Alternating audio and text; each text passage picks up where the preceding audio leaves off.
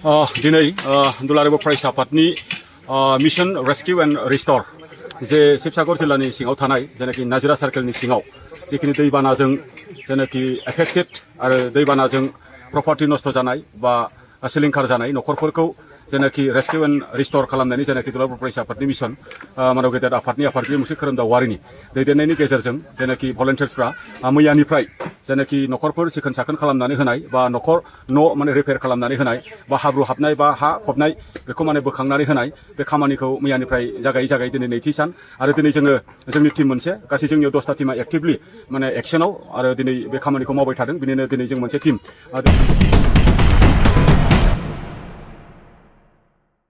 भटिंनि गोनांथि जादों बे भटिंआव होनो थाखाय इन्स्टाग्रामाव थांनानै कमेन्ट लाइक आरो शेयार खालामनो थाखाय नोंथांमोननिसिम आंनि गोसो गोरबोनिफ्राय गुरै खावलायहरनाय थाबाय। आं बुंदो थार्ड फ्लोरनिफ्राय जेरबे हमनानै सुस्राय ग्राउन्ड फ्लोराव लासो लाबो रावबो एख' खालामनो हाया।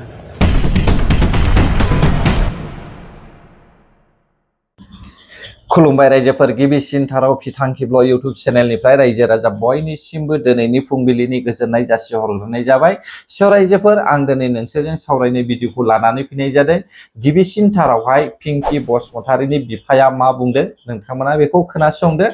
नैथियावहाय नैबे साथाम लम्पटआ चिरां जिल्लायावहाय सासे लाइमोनखौहाय जिनाहारि खालामनाय जयै बेखौबो जोङो लानानै सावरायलायगोन।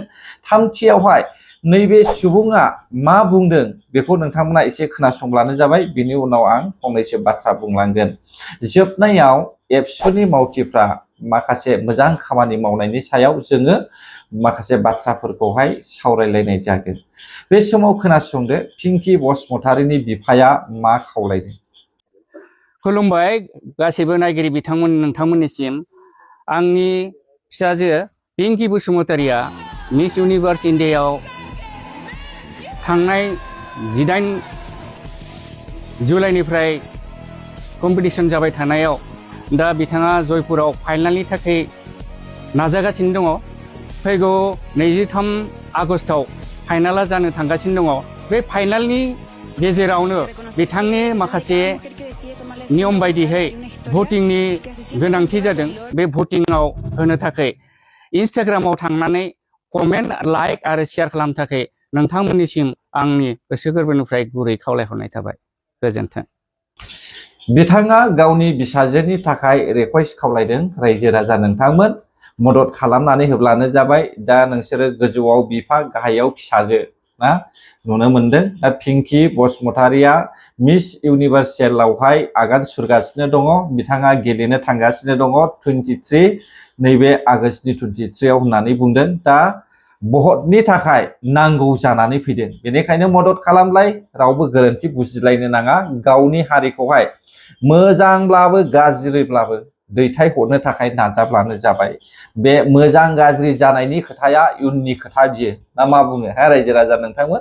थेवबो गावनि बर' हारिखौहाय जेब्लायबो गोजौआवहाय दैखांनो थाखाय सेस्था खालामब्लानो जाबाय।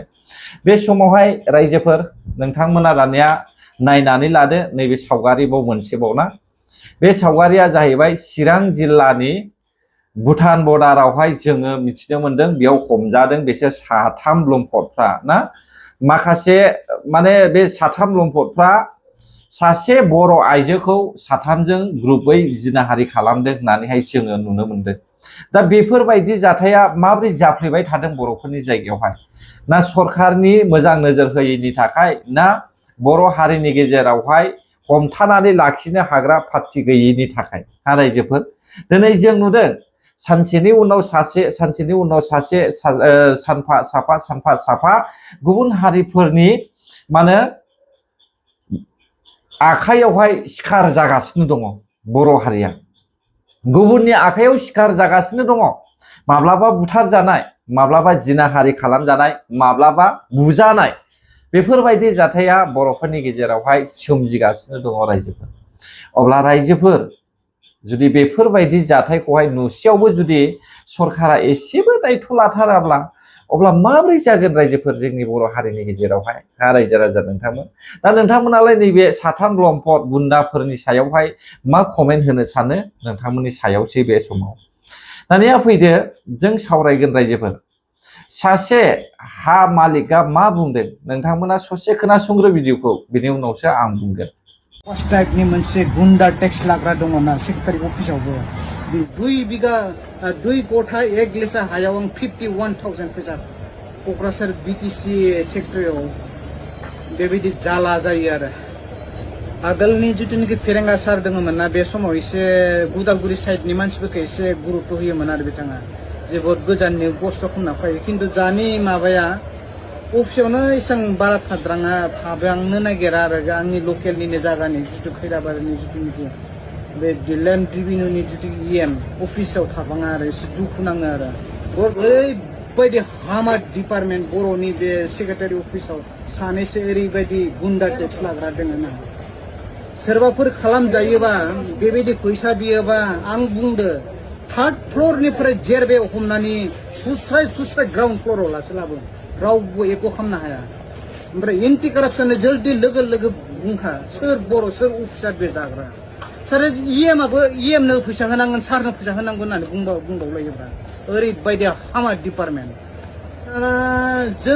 जोंनि बर'नि हाया ओरैबायदि हामा पजिसनाव दङ जाय मानसिया फैसा होदोंना बिसोरखौ जल्दि खालामो आरो नै दाखालि उदालगुरियावबो आंनिखौ बिदि खालामदों आं एडभान्स होदो आंनिखौ बुंबाय आमुक तारिखआव फाय जाय मानसि फैसाल' टिकेट लायो माबादों आरो मेगनसे टिकेट लायना जागोन आरो बेबायदि आरो फैसा होयो आरो हाजार थफ्ला फैसा होयो जायनि थाखाय जोंनि हाफोरा गुबुननि हायाव थांबाय थादों आरो बेफोरबो मोनसे जाहोन आरो ना कागजखौलाय मोनबाय मोननायालाय खिन्थु फैसा बिराद जाबाय आरो फैसा बिराद थांबाय बेयाव दुखु थाबाय आरो आंहा जोबोद दुखुनांथाव बेसेखिनि हायावनो जुदि 50-60 रोजा लादों होननानै BPFनि सरखारनि सायावहाय नारसिनदोंब्ला नैबे सुबुङा अब्ला बेसेबां दुखुनांथाव अब्ला जायफोरहा 10-15-20 बिघा हा नामजारि खालामनानै लानांगौ फाट्टा खालामनानै लानांगौ दा बैसोर बायदि सुबुङा माबायदि खालामगोन दे बुंलाय रायजोफोर BPFनि सरखारावहाय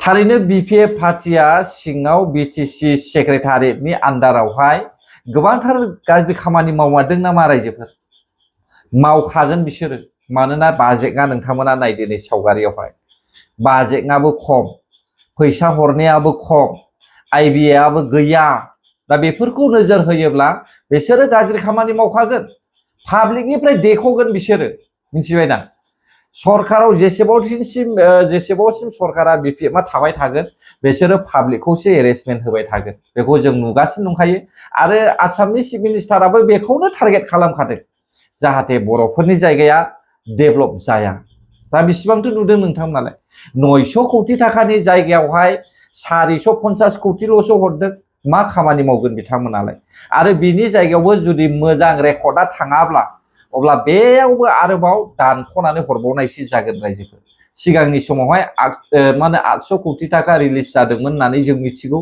आरो नोंथांमोना बेयावनो नाय गोदान गोजाम दा बिनि गेजेरावनो आसाम सरकारा 450 कोटिखौहाय हरदों BTC सरकारनो दा बेजों मा मावगोन बिसोरो सेलारिफ्राखौथ' बार होदो रायजोफोर ना नाथाय फारसेथिं थिकादारफ्रा मा खालामनो नागिरदों नंखाय बाखाय गेस्ट हाउस फोसाबनायाव रिपेयार खालामनायाव 22 कोटि थाखा गारनो नागिरनाय जोङो नुनो मोनदों 22 कोटि थाखा मानो गारनो नागिरदों रायजोफोर इलेक्शननि समावहाय गुवाहाटीयावहाय 22 कोटि थाखानि हा फाननांनायनि खिथेरियो मिथिबाय दा बेनिखायनो बेखौहाय बिसोरो बोबोफिननो नागिरदों लाबोफिननो नागिरदों बेनो बिथांमोननि थांखिखा रायजोफोर बे समावहाय रायजो राजा नोंथांमोन जोङो सावरायलायनोसै नैबे सावगारिखौहाय लानानै दा बे सावगारिखौ नोंथांमोना नुखाबाय गोजौ गाहाय मोननै सावगारि ना दा मोनसेया जाहैबाय शिबसागरनि आरो गुबुन मोनसेया जाहैबाय चिरांनि दा एबसुनि मावथिफ्रा गोबां सापर्ट खालामगासिनो दङ आरो गोबां सुबुङानो दिनैसिमबो शिबसागरावबो मदद खालामहैगासिनो दङ नाथाय चिरां जिल्लायावहाय एबसुआ मदद खालामनाय जोङो नुनो मोनदों रायजोफोर एबसु पार्टिया सिगांबो खामानिखौहाय मोजाङैनो मावबोखादों आरो दाबो मोजाङै मावगासिनो दङ आरो मावलांबाय थागोन होननानै आं आसा खालामो रायजोफोर जोबोद मोजां नुदों आं माने मोजां मोनदों, मोजांबो नुदों आरो मोजांबो मोनदों बेबायदि खामानि मावनायनि थाखाय। बेबायदिनो जोङो हेफाजाब होलायनांगौ जेन' इयुननि समाव जोंबो मदद मोननाय बायदि। दिनै बिसोरनाव जादोंब्ला गाबोन जोंनावबो जानो हागौ। मा गोरोन्थि सोर बुंनो हायो? मिथिंगानि नासयनाय, इसोरनि इस्सा बबे समाव मा जागोन बेखौहाय जोङो रावबो बुंस'नो हाया। नंगौना नङा रायजो राजा नोंथांमोन? दा बेनिखायनो जोङो मदद होलायनांगौ। स' गोजोनथोंसै, दिनैनि भिडिअ'आबो बेसेखिनियानोमोन रायजोफोर जायफ्रा आंनि भिडिअ'खौ जोबजासे नायबाय। बर' हारि जै जाथों, जै बर' हारिनि।